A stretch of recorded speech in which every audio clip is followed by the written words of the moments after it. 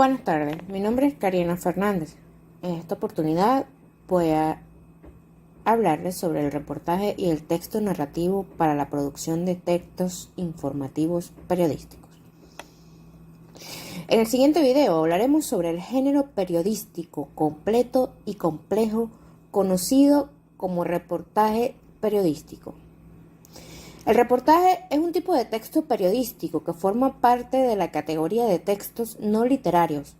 Constituye un tipo de narración que explica hechos de carácter noticioso y que busca la difusión de estos con el fin de informar al público con la capacidad de combinar distintas técnicas periodísticas. En el reportaje se maneja información, entrevista, investigación, narración. El reportaje se define como el género periodístico amplio y complica, pero sobre todo completo, de las redacciones periodísticas. Tipos. Existen varios tipos de reportaje: el demostrativo, descriptivo, narrativo, instructivo y de entretenimiento. En el demostrativo se desarrolla una tesis o hipótesis mediante una amplia investigación sobre un suceso, maneja cifras, entrevistas de opinión y objetividad. El descriptivo relata situaciones, personajes, lugares y cosas. Tiene semejanzas con la entrevista de semblanza y el ensayo literario. Es decir, para la elaboración de este reportaje es importante la observación. Su estructura es similar: una entrada, desarrollo y cierre. El caso del narrativo es similar a la crónica, cuento o novela corta, porque tiene la particularidad de relatar un suceso. Además, se caracteriza mediante el elemento de acción. En el instructivo, su redacción es semejante con el ensayo y divulga al lector acontecimiento científico, técnico y, por último, entretenimiento. Se asemejan a la novela corta o cuento. Podemos ver que cada uno tiene un estilo de redacción, sin embargo, en la estructura es similar. Estructura y técnica. La realización de un reportaje primero debe realizar una preparación mediante una amplia investigación. Debe cumplir con los siguientes lineamientos: selecciona un tema de interés social que se encuentre el tapete de la comunicación. Realizar una lectura de periódico, revista, documento, libro, todo aquel material que le permita encontrar la suficiente información. Selecciona a las personas y los especialistas adecuados para el manejo del tema que se está investigando. Confirmar cada una de las informaciones y las fuentes.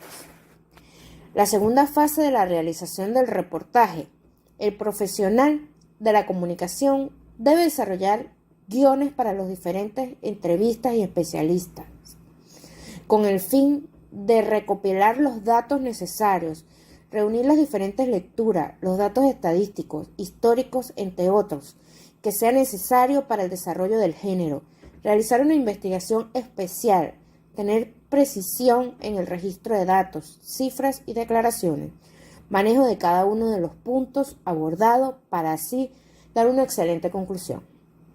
El siguiente paso es la redacción. Este es el producto final del contenido. El reportaje maneja una estructura sencilla.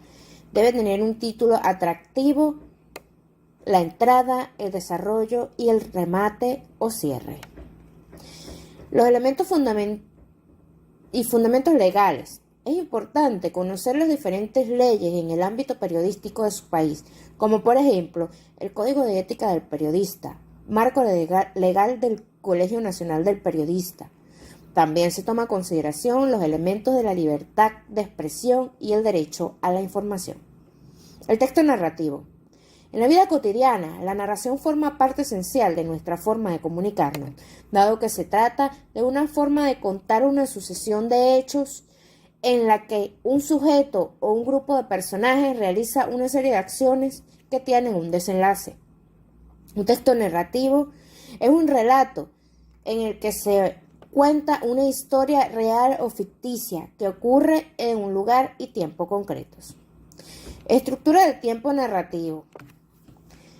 Las partes de un texto narrativo se dividen en dos grandes categorías. Estructura externa, que se refiere a la forma en cómo será presentado el texto, tomos, secciones, capítulos, partes, actos, entre otros. La estructura interna se refiere a la manera en la que se organiza la narración y las acciones ejecutadas por los personajes. Y tienen tres partes: introducción, nudo o clímax y el desenlace. Esta última nos presenta la resolución del conflicto y la conclusión de la historia. Norma de redacción informativa.